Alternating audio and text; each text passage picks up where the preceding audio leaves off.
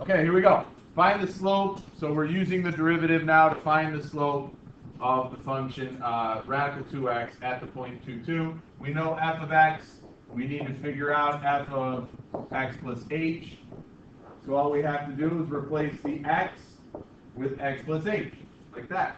Then we go straight to our limit as h approaches 0 of f of x plus h, that looks like this. If you wanted to distribute the 2 into those x and h, that would be okay.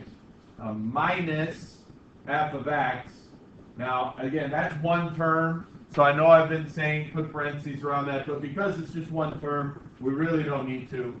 Okay, so we have this type of function now.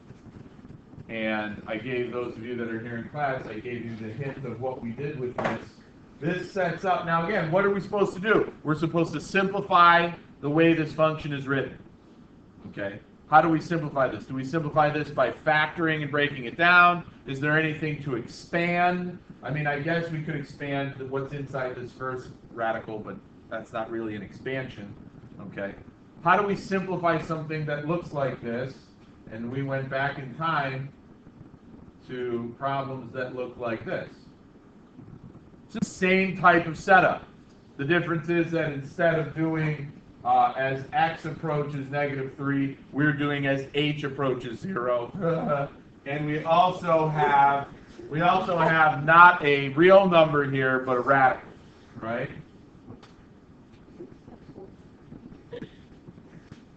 So we have the same setup where we have a radical. We also have a second radical here. How do we simplify something that has a radical within a difference or a sum? By multiplying it by its conjugate. So we're going to take these two radicals that are in the numerator and multiply by those same radicals, only with a plus sign. So this is 2x plus h, 2x plus h, and this is 2x and 2x. Why do we do that? Why do we multiply by the conjugate of the numerator? What does it become? What do we get when we produce or when we multiply conjugates? What do we get? We get the difference of squares. So the whole reason we do this is so that we can rewrite this as the squares of these two radicals. So we're squaring this now, and we're getting 2x plus h. We're squaring this now, and we have 2x with a minus. Now the bottom looks a bit messy, but we've seen that this gets cleaner as we move along. So now we have this statement. So we essentially moved the radicals from the numerator into the denominator, right? So now we have the limit as h approaches 0. Up top, let's be honest, students, when we distribute 2x plus 2h, and we have the opposite of 2x here, we're left with just 2h on the top, and on the bottom we have h times 2x plus h plus radical 2x. And now what? What's going to happen here? The h's can cancel. Okay? Not this h, but this h. This h is being multiplied by something, so I can cancel it with the h that's on the top. So we have the limit as h approaches 0 of 2 over this mess. And let's see what happens now. Now when I plug 0 in here,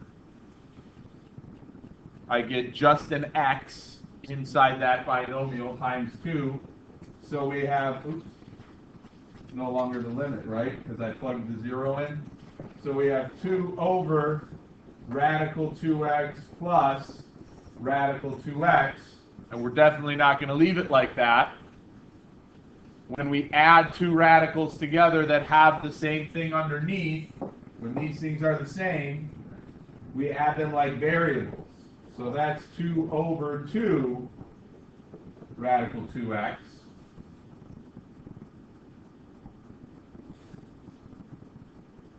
Then what? Now the 2's cancel, because this 2 is being multiplied times that. I can cancel it with the 2 that's on the top. So I have 1 over radical 2x. And you know we're not going to leave that. We're going to multiply it times radical 2x so that we don't have the radical in the denominator anymore.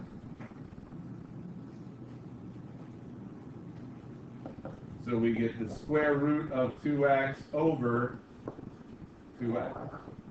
When I multiply the 2 radicals in the denominator, the radicals go away.